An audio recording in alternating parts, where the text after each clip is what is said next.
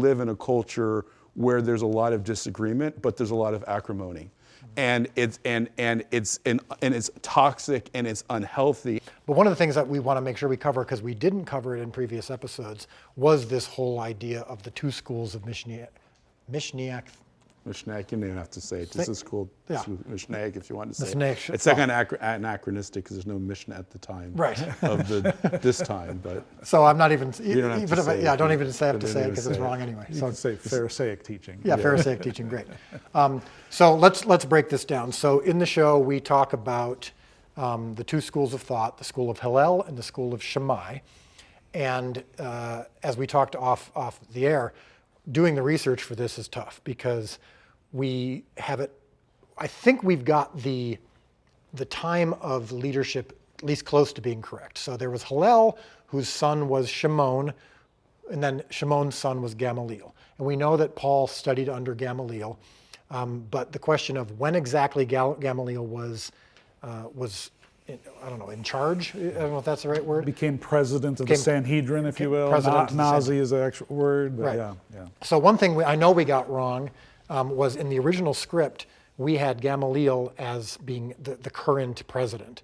And you both corrected that and said it would have been Shimon. So let's talk about this. Two schools of thought, Hillel, Shammai, and one was more restrictive, if you want to look at it that way. One was a little bit more, let's not use these laws as a hammer. So talk a little bit about that. Hillel would be considered the more easygoing Pharisee, school of thought, a little bit more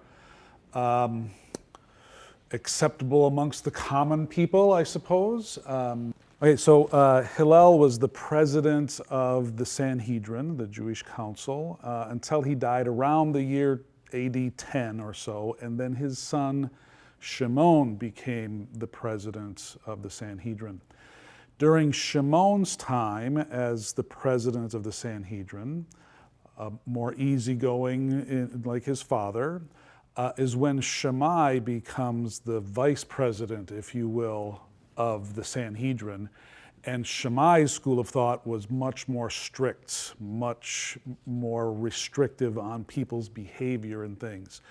So there was a little bit of a competition then between the house of Hillel and the house of Shammai, even at the level of the Sanhedrin. And so I appreciate how this episode shows the political machinations and plotting about how I can get my school of thought to outweigh the school of thought that's been in charge now for the last few decades. And so that's all done, I think, quite nicely. Yeah, I actually had a little bit of a problem with it, or kind of, because the interesting thing about it is that your characterization is right, and there's some really great stories about Hillel and Shammai and their differences and stringencies and leniencies. But the interesting thing is that there's, the rabbis talk about this idea of an argument for the sake of heaven and an argument not for the sake of heaven. Right.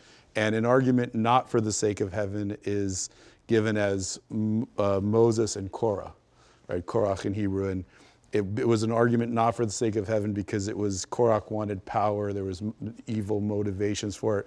But the example of an argument for the sake of heaven was Hillel and Shammai. Mm-hmm. And it talks about how there was actually great love between the school of Hillel and the school of Shammai, even though they didn't agree on certain points. They still loved and honored and respected one another, and therefore it's an argument for the sake of heaven, and because they were both interested in truth. That's the reason. It wasn't about, I want to have power, I want to have greater authority. It was really an argument for the sake of truth, and therefore it was an argument for the sake of heaven and a model for how we're supposed to argue. So that was the only thing that I felt It felt a little too black and white, exaggerated. Too political. There was evil motivations there, which according to Jewish history, it's the exact opposite. There was a great love and respect for one another, even though there was a disagreement. And it was more their disciples that expanded their disagreements. They only really disagreed on a few points. Can I ask a question just out of curiosity? Because I don't know much about that background. I just, having watched the show, I found it intriguing. So the Hillel, the more permissive part of the tradition, that Hillel gives rise into Gamaliel eventually, correct? Yeah. And Gamaliel is the teacher of Paul. So why is Saul such a firebrand? Why wouldn't he have more of kind of a gentle approach to Torah? It seems like before the conversion, Saul was, explain that to me.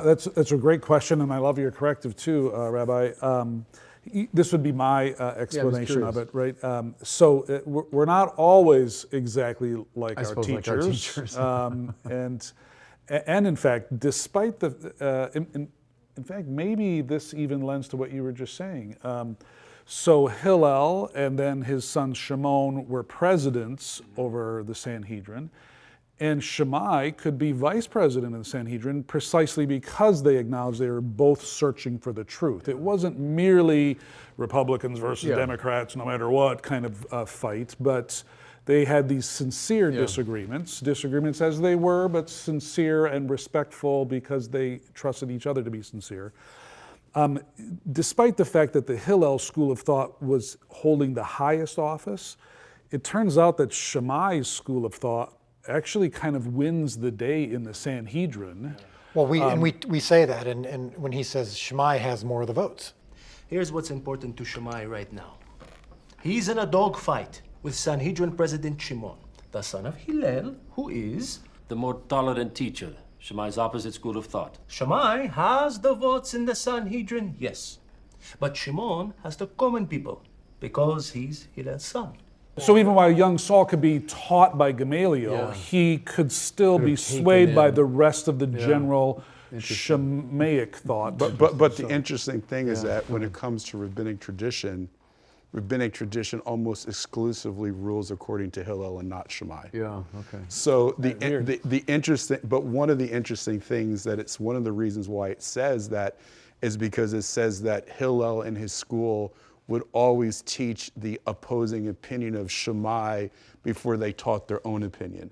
And so because of their respect and their humility is one of the reasons why they're chosen. And I think this is important to bring out because we live in a culture where there's a lot of disagreement, but there's a lot of acrimony. And it's toxic and it's unhealthy, and we need to learn for an argument for the sake of heaven, even to the point of having humility and giving the opportunity for the opposing opinion to be given even before our own. I think it models something that's important for us to understand.